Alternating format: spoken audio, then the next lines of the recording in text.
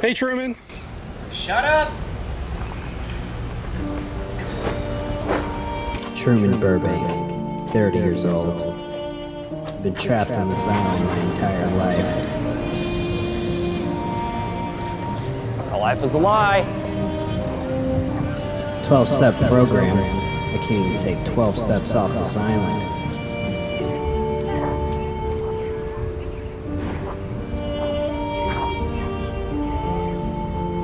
Good afternoon. Good evening. Good night.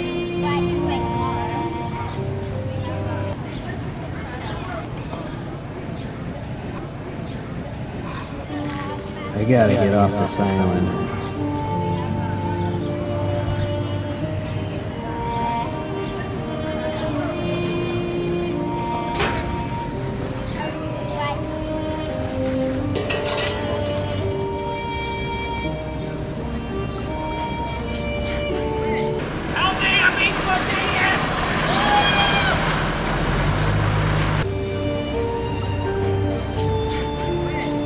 I gotta get off this island. I gotta get off this island. I gotta get off this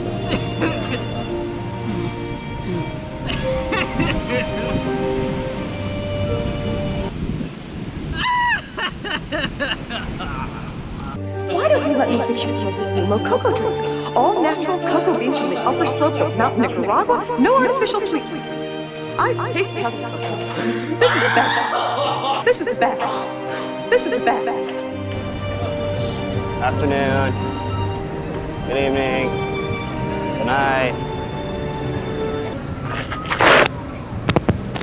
What's up, everybody? This is Cid&Diz. I'm Sid. I'm Diz, and today we're watching The Truman Show. So, the first time I saw this movie was when I was in like 4th grade, and I found it on VHS in my parents' house. And I remember watching it and thinking, man, this is like an incredibly profound and well-made movie, even though Jim Carrey, who I had known from movies like The Mask and Dumb and Dumber, Ace Ventura, never taken him seriously as an actor, but it was nice and surprising to see him trying like a more serious role, even though he was still pretty funny in this movie. Yeah. He definitely was trying to take himself more seriously as an actor. Right, when you watch stuff like The Mask or Ace Ventura, you think, okay, this guy is just overacting to death. Yeah. He's just the slapstick. He's 100% slapstick. That's all he is. Right. But watching this movie, The Truman Show, like you really feel for the character. Like he really knows how to get into the more dramatic persona. So absolutely, yeah. It's like for all of the talent that he has as like a more like provocative actor, and he's very he's very cartoonish in most of his movies. He's able to take that energy and translate it into something serious, and it's just as powerful and impactful on me as a viewer. And what's weird is he still uses the humor, right? Like he still uses all the strange mannerisms and stuff, but he somehow channels that in a different direction where you start to feel a little bit of a sadness instead. It's more of like a cry for help in Truman Show than it is actual comedy. He's secretly dying inside, but he has to put on this facade of being like in a great mood all the time, and he lives in this pristine, perfect society where there's no crime, there's nothing's ever goes wrong, and he's got like a great life, and ultimately deep down he knows that he's a prisoner. He knows that he's trapped, but he's not able to understand why he feels that way. Something I noticed about the interview with his wife, not wife actually, is that she refers to it as a truly blessed life, which is strange because it really isn't her life, right? It's more like constantly working overtime. Yeah. Her work is her life in that sense, but it's strange to think that you would say, oh, this is a truly blessed life when it's just your work. Like, she's a perfect foil to Truman in that sense. I was having a similar thought actually about how even though Truman's the prisoner on the show, ultimately all of the actors are somewhat prisoners. It's like they've all tricked themselves into thinking that what they're doing is okay, they treat it as just like this normal job that you would have at a day-to-day, situation, but in reality, you're dealing with someone who's being held hostage for their entire life, and every aspect of their life is completely controlled. And it kind of speaks to the way that like a large group of people can be psychologically subverted and manipulated into kind of like this group think, sort of, right? Yeah, it's almost like they know it's a fantasy, right? Truman doesn't quite know. He has suspicions, but he doesn't quite know, and he doesn't want to live in a fantasy world ultimately. But it's like these people actually, they know the truth, and they still want to live in this lie. Right. Like, again, a perfect foil of Truman. Some claim that Truman is the ultimate prisoner. Those letters that come in from the Free Truman people talking about Truman's rights, Truman's civil liberties. What about Marlin? What about my rights? I'm a prisoner, and yet I have the financial means to do anything. So when Truman steps outside, a stage skylight falls out of the sky and lands in his street, and it's like a dead giveaway that he's on a set of some kind. And then immediately they try to like gaslight him on the radio and talk about damage control and talk about an airplane shedding parts over the town. Right. And that happens over and over again. And what I realized is as we start to see more and more of these mistakes on the part of Christoph and the set designers, they didn't anticipate the lifespan of the props, and they didn't anticipate someone living their entire life on a set having to run maintenance all the time. And this leads to ultimately what wakes Truman up is these constant mistakes on the set. You notice that they grab him and they push him right against the Kaiser chicken sign. Yes. They later in the movie, Christoph is doing an interview, and he talks about how in order to keep the show running 24/7, they have to constantly do product placements. Right. Not only are the product placements just persistent, constantly, every couple minutes you see another. Every couple of minutes, Meryl is pushing something into the camera, looking straight into the lens, right? But what I find really funny about it is the fact that on top of the product placements within the universe of the Truman Show, there's actual product placements for us in this movie.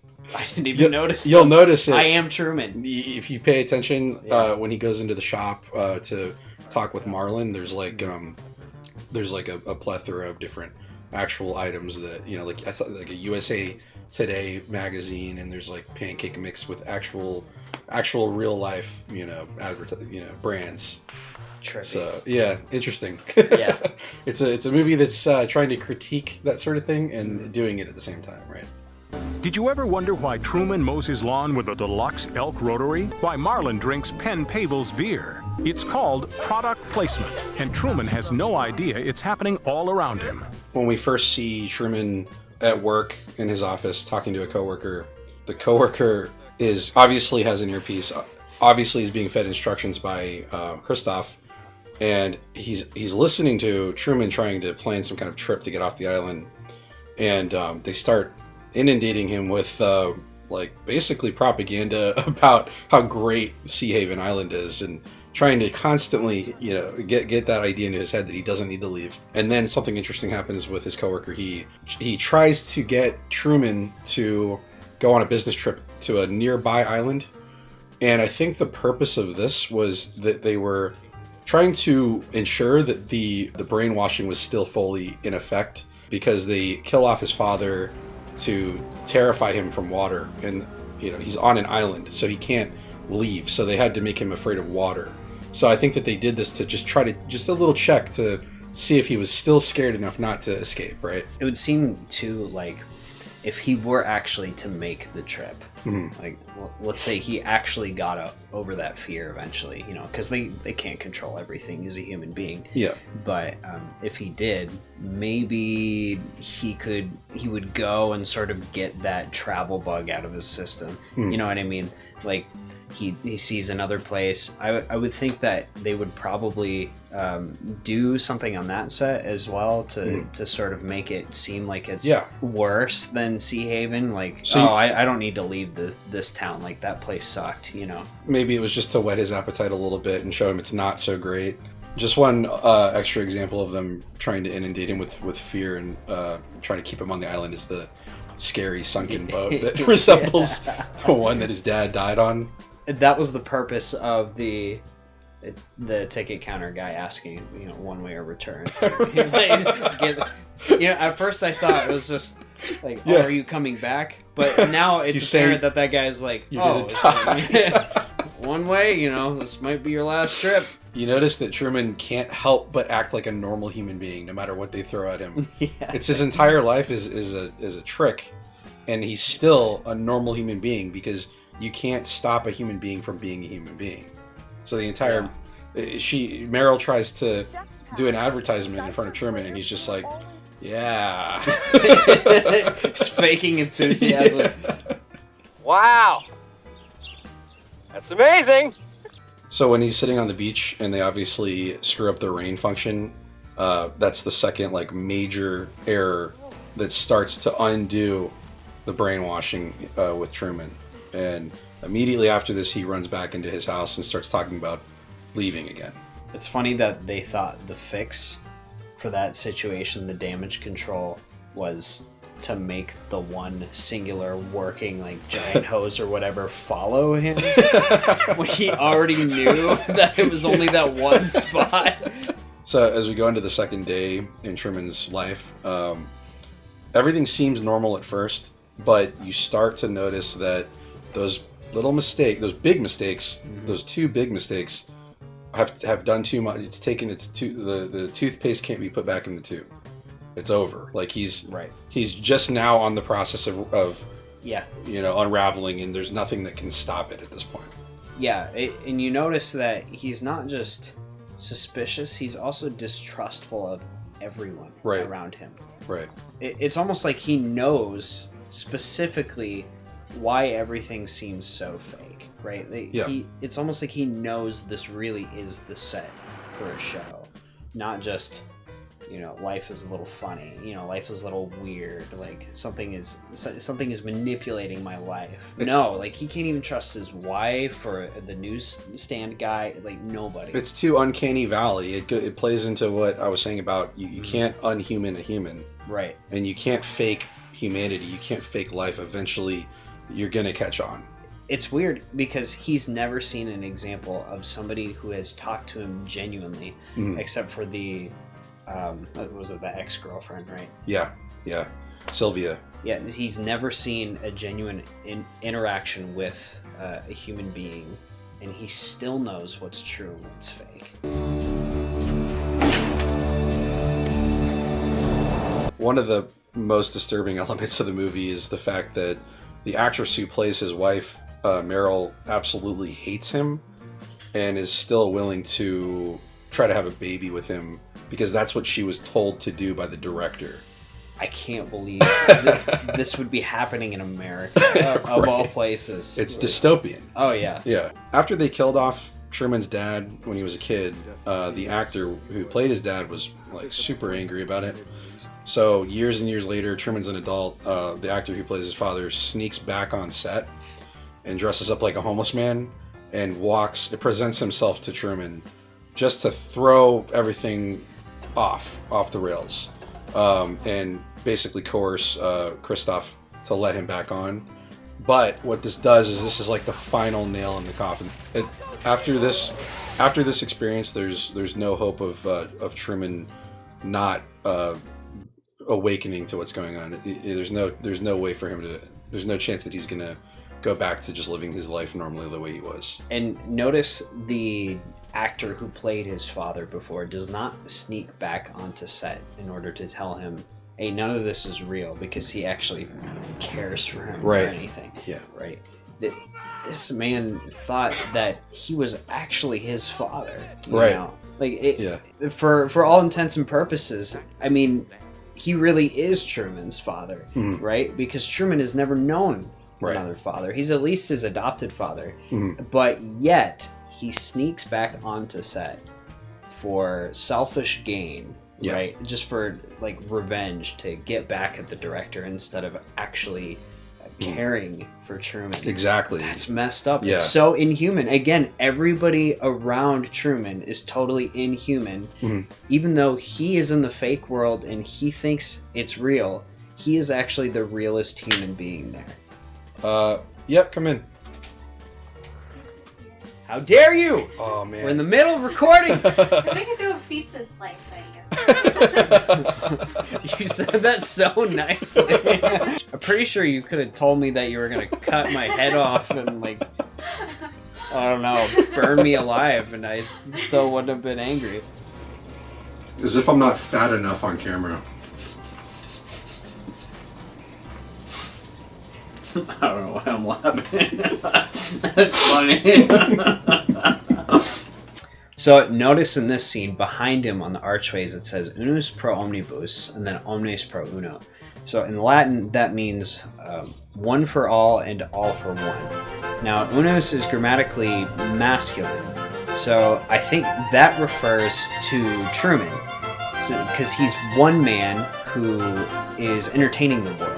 You know, his life is for everybody, right? So one for all. But then you also have all for one on the other arch, which I guess would mean everybody on set is there for him, right? Everybody is this making up this life for him, you know? Yeah. So it's all for one. Man, I legit would have never ever noticed that. But thankfully you know Latin, so... High school Latin. Finally using it for something.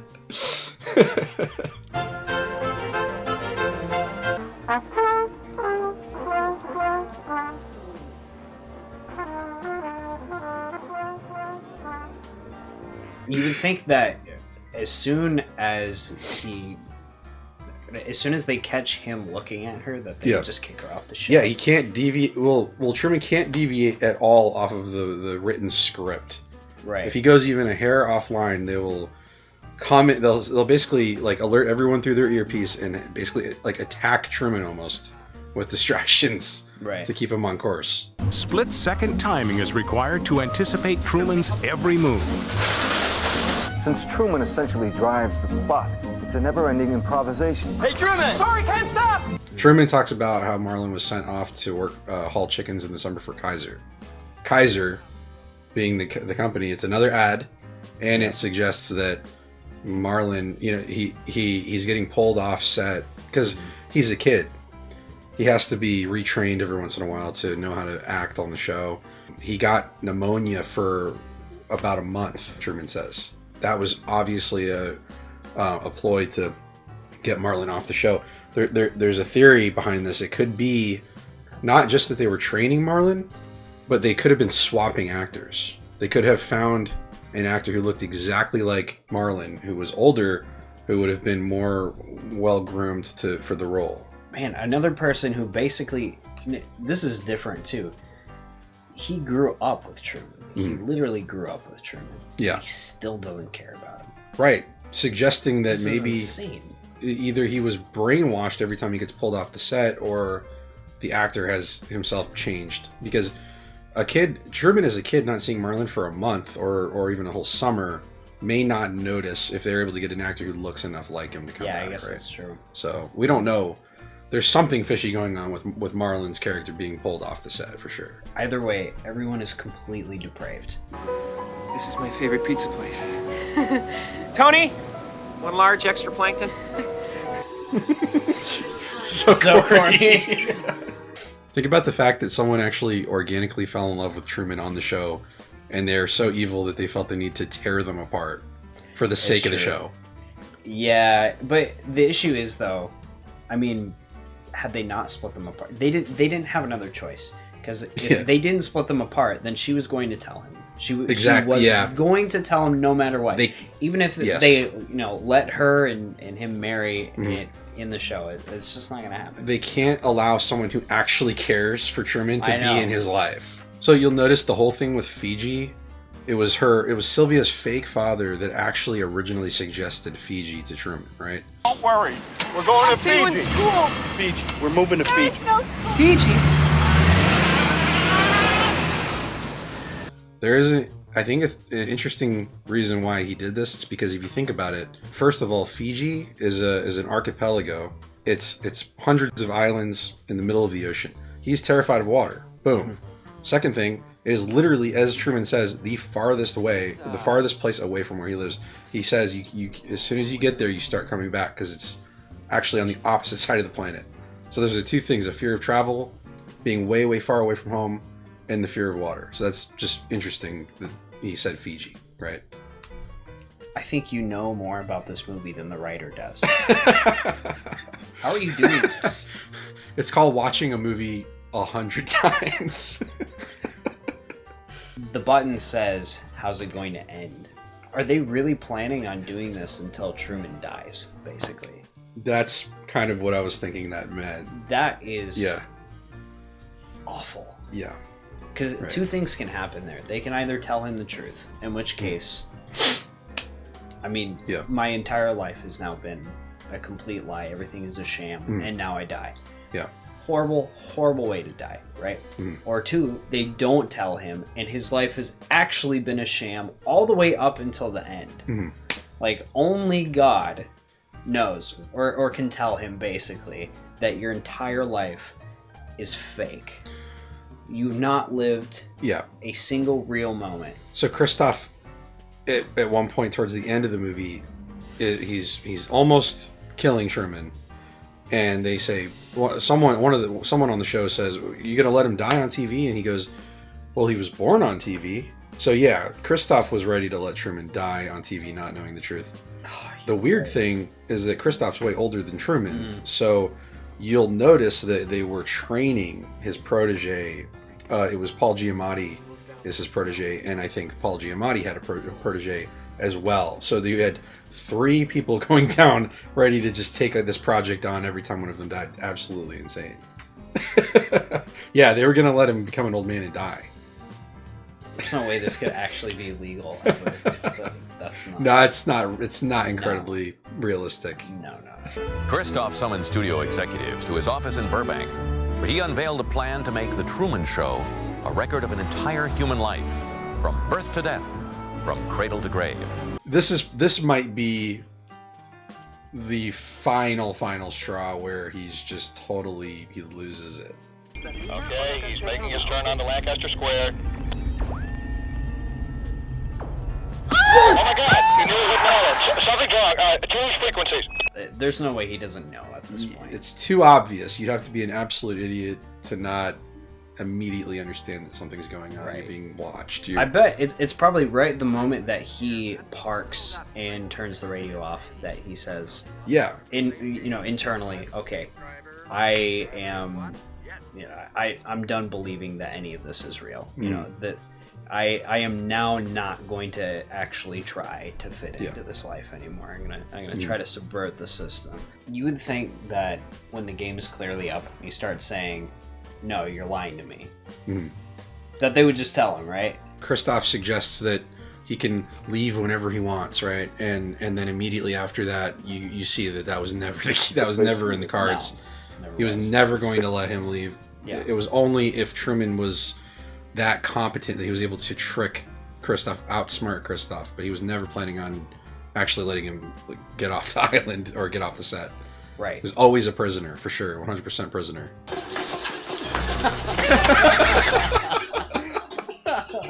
That was funny. Did you see him kicking out his leg? He's not even paralyzed. Here, let me help you with that. Oh, this is the best.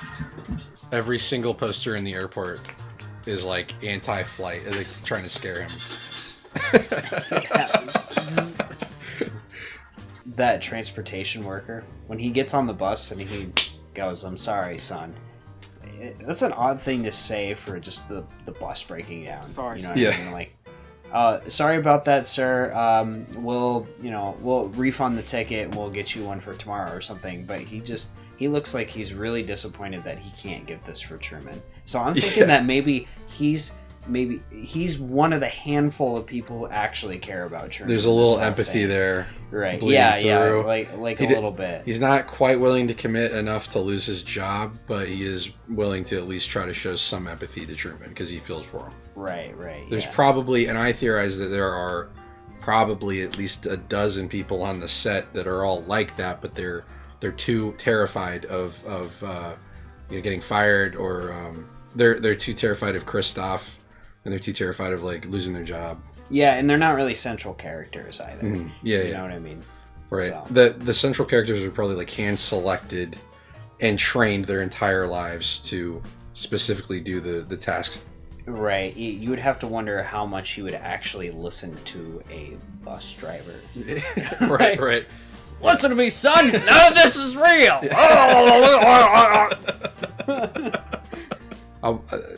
Scared me a little. You get a BB gun, and I'm just going to get a squirt gun. And anytime you say something stupid, I'm just going to squirt you in the face. And if I say something stupid, you just pop me with a little airsoft gun. Now, I'm going to be the one suffering, because that would hurt a lot. Now you've lost your mind.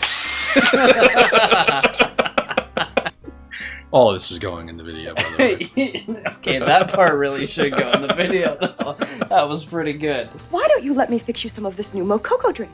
All natural cocoa beans from the upper slopes of Mountain Nicaragua, no artificial sweeteners. What the hell are you talking about? Who are you talking? All right. Siblings. Okay, all right.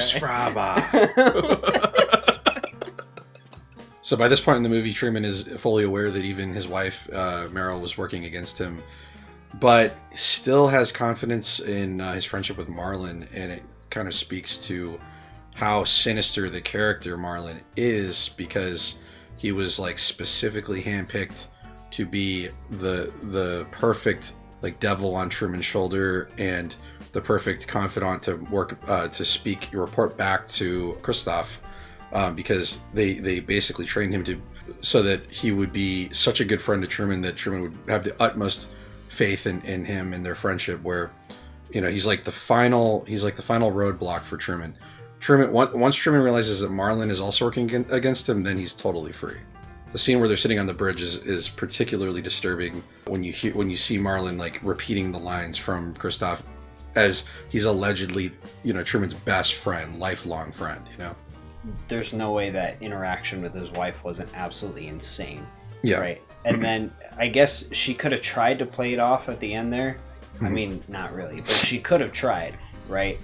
By saying, how could I possibly carry on under those conditions? I mean, it's still, I guess, vague enough where it could be interpreted to mean her marriage. Mm-hmm. But then she says it's unprofessional. Yeah. And then his job is just to brush that off and act like it never happened. Yeah, Marlon's the steam valve, I guess, right? And he's there to sort of try to calm Truman down whenever things start to go crazy. So when Truman dies, we go back to the single channel format, right? When they finally reunite Truman with his father, this is like, for Truman, an incredibly important moment of his life, and incredibly emotional. And this is the culmination of them basically torturing him his entire life. And all they care about is the ratings. That's all they talk about is the ratings are going to go through the roof. It's like, it's so sick to think about. All high-fiving each other. Yeah. The television's first on-air conception will still take place. Well, another television milestone straight ahead. On-air conception. It has been a single. That's what he said? Oh, I thought he said on-air birth. No, he said conception. That's disgusting. Yo, that's too far. way too far. That's prawn. Yes, it is in fact prawn. Yeah. How would they show that? They wouldn't, it couldn't have been that explicit, but it had to be. I don't want to think about it. You never see anything anyway. They always turn the camera and play music, and the wind blows in and the curtains move and you don't see anything. I just want to say that the bathtub guy is absolutely integral to the plot. Yeah, what is he doing there? I don't know. Why does he have to be the bathtub guy? I don't know. Why couldn't he just be couch guy? He could have been doing anything. Yeah, but he's just in a bath the sit entire on the movie. bed guy, but he's a bathtub guy. So weird. You can do it! Hold on!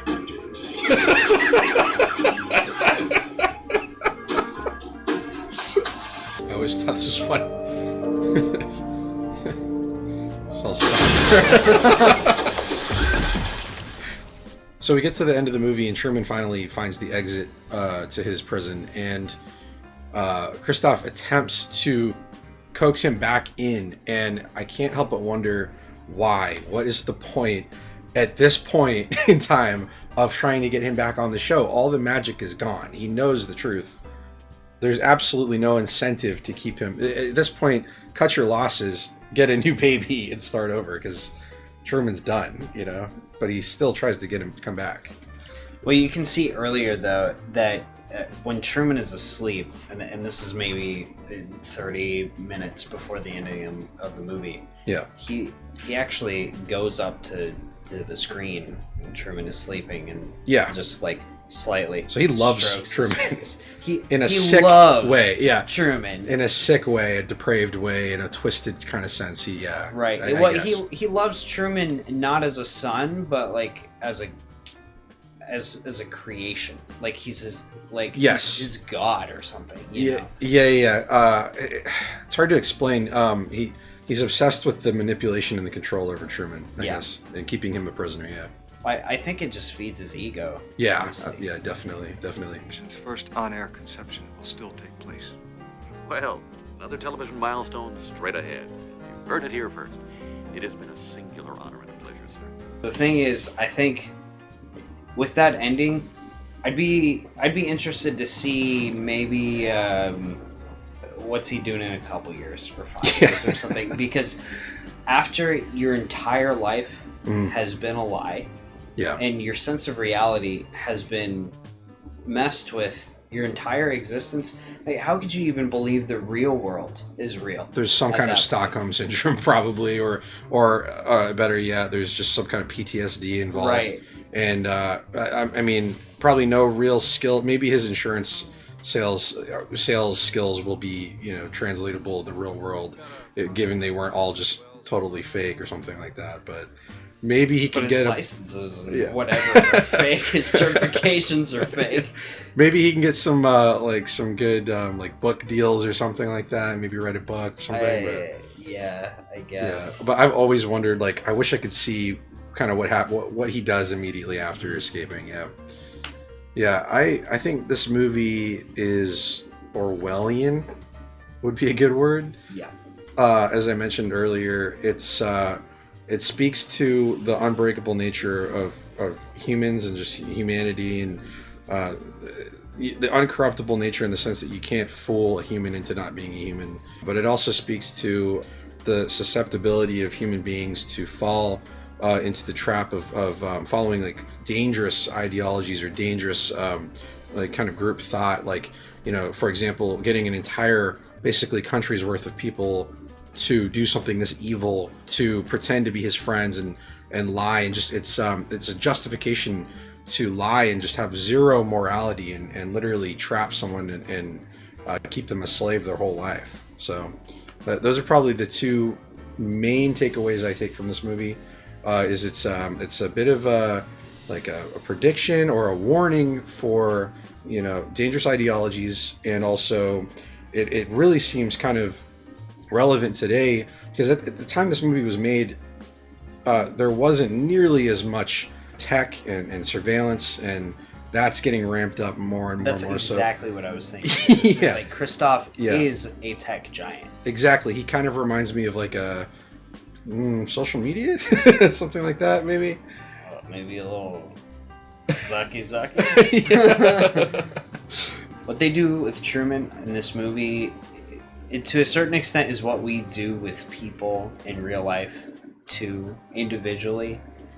I think this movie is an opportunity for a little bit of self-reflection. That sounds like cliche, but it's true. I mean, how how much of the time are we sort of talking to people just so they can entertain us, sort of presenting something to them that's not actually legitimate. We're not being ourselves with them because we want to coax a certain reaction out of them, right? We want something from them instead of just being a genuine human being and just allowing them to react in whatever way they will. Moral of the story: don't be fake. Keep it real. Keep it real. Keeping it real. I would give this movie a 9 out of 10. Yes. This is the sort of movie that just isn't made anymore. I know everybody says that too, again. But, I mean, honestly, nothing really deals with human nature this honestly without trying to make some sort of crazy ideological point at the same time. This seems to be a complete reversal of what we do today. It's anti-ideology, and it's just simply you cannot destroy a human nature, basically. This movie can be subtle, but just direct enough to not be pretentious like a lot of other movies. What you said was way better than what I said, and exactly what I was trying to say. Cut my part out and just leave yours. Nope. Honestly. Sorry. All right then. All right, well, that was pretty much it for our review, our analysis of The Truman Show. So if you enjoyed, please subscribe and like, and stick around for any future videos because we have a lot more planned. All right, later. Can you sign the petition to free Truman Burbank? Truman Burbank, he's a prisoner on this island. I know you're an actor. Ma'am. Truman Burbank, he's a slave on the island. Do you want to sign the petition to free Truman Burbank? He's a prisoner on this island. He's being filmed. There's thousands of cameras all around here. You guys are actors, right? You live on Sea Haven Island, right? Can you sign the petition to free Truman Burbank? He's being held captive on this island. This is a big TV show. There's thousands of cameras everywhere. This is all a big set. None of this is real. Hey, how you doing? Can you sign the petition to free Truman Burbank? Sure. Thank you so much. He's been a prisoner on this island his entire life. There's a guy up in the moon actually. His name's Christoph, and he's watching all of us right now. There's cameras everywhere. And... Amen. I sure will. Thank you so much.